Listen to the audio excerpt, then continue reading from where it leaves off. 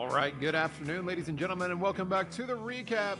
Michael D'Angelo here today. So we're doing things a little bit differently this week. We're going to divide and conquer. So I am going to handle the recap for SmackDown, and then my partner in crime, Mr. Big D, Daryl Ortiz, he's going to handle the recap for Monday Night Raw this week. We have some scheduling conflicts, scheduling snafus, we'll call it. So we're going to divide and conquer this week. So you're going to get two helpings. So I am covering SmackDown for the recap.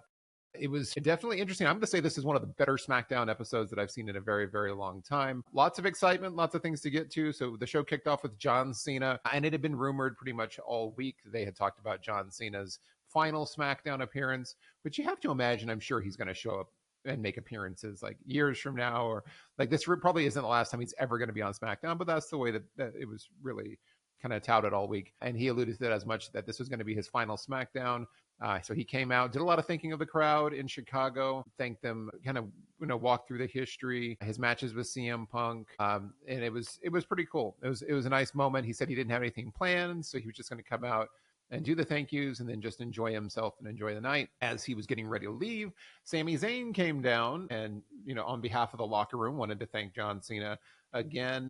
And then said that in honor of John Cena and how when he was the United States champion, he was a fighting champion, that he was going to reinstate the open challenge for the United States Championship. And he wanted John Cena to have that first shot, and he wanted him to have that shot right here, right now in Chicago on the final SmackDown. This was actually really neat. John did accept. I wasn't sure if he was going to, but he did accept. And we had a spontaneous match, first match of the night. Sami Zayn versus John Cena. Not expecting that. Got a really good match. I will call this one a PLE level match, only because there was a huge amount of kicking out of finishers. Tons of kicking out of finishers. I think the AA got kicked out of like 3 times at one point. This was really great, though. It was really fun. We saw the continuation of John Cena paying tribute to former opponents. He did hit the angle slam at one point. As he had mentioned, he started his career, like that first match against Kurt Angle 23 years ago was in Chicago. So he had the homage to him. He also hit a GTS, I guess, paying homage to CM Punk. So this is kind of neat. It's like different individuals that he's clearly not going to have a match with. As he finishes up his retirement tour, he's doing this as nods to them. But this one was real fun. He also hit a spear, kind of a la, they tried to say it was a la Roman Reigns. You knew he wasn't going to win this match, and of course he didn't. But as he and Sami Zayn were both down in the ring, Brock Lesnar's music hit, which was really great. Came out of nowhere. I came down, F5 both of them, and then basically he took off, and that's that.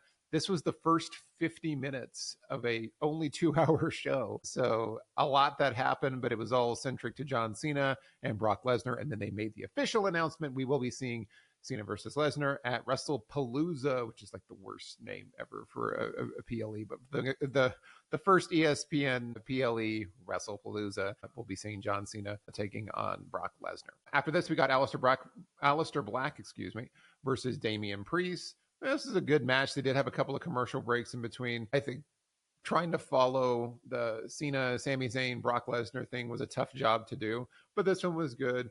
Aleister Black did pick up the victory. He hit the Black Mass on Priest. That was after he kind of used the referee as a weapon and kind of pushed him into Damian Priest. Good stuff, solid stuff, continuation of their feud. And then this was followed by the Women's United States Championship match. So 2 U.S. Championship matches, both for the men's and women's, were tonight. And that was between Michin and Julia.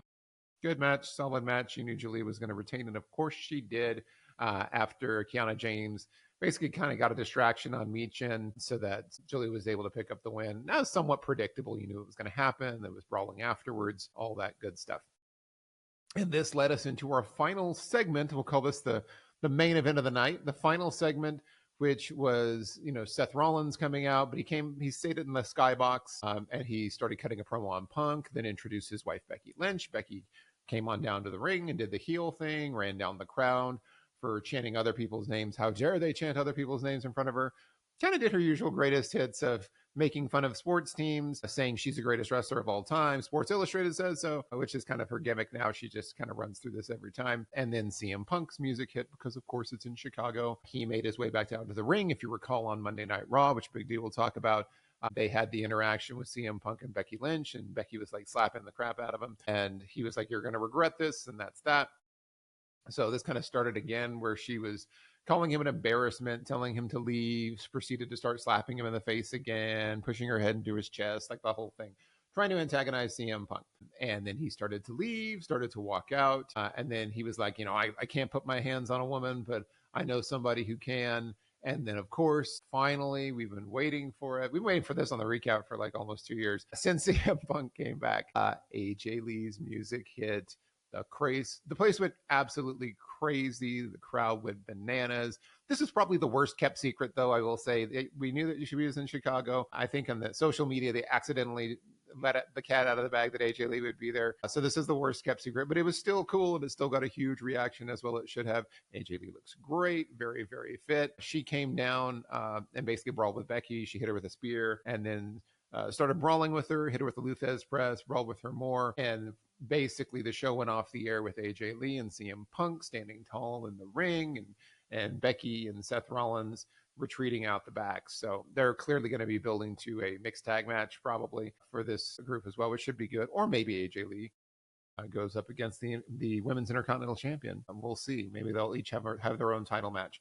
But this was really great to see. It was a lot of fun. Great way to close out the show.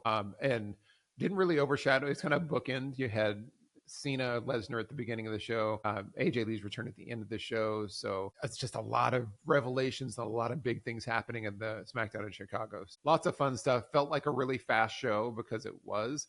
It was a tight 2 hours and really great stuff from start to finish. So this was one of my favorite SmackDown episodes that I've seen in recent memory. I'm going to give it an A+. Just from all the shenanigans. Obviously, Cody Rhodes not anywhere in sight. I think he's shooting the Street Fighter movie right now, so that's probably why he's off air. It's a little bit of a bummer. Your world champion is missing in action, but we know he's got other obligations. That's it for SmackDown this week as we start heading fast and furious now. I think it's on the 20th, September 20th, when we're going to be getting WrestlePalooza. So that's going to be coming up soon. And that's what we got for this week. Hopefully you tuned in for Big D's and got the recap as well for Big D's Monday Night Raw recap. And that's what I got for SmackDown. So until next week, I've been Michael D'Angelo. Have a great week, everybody. See you soon.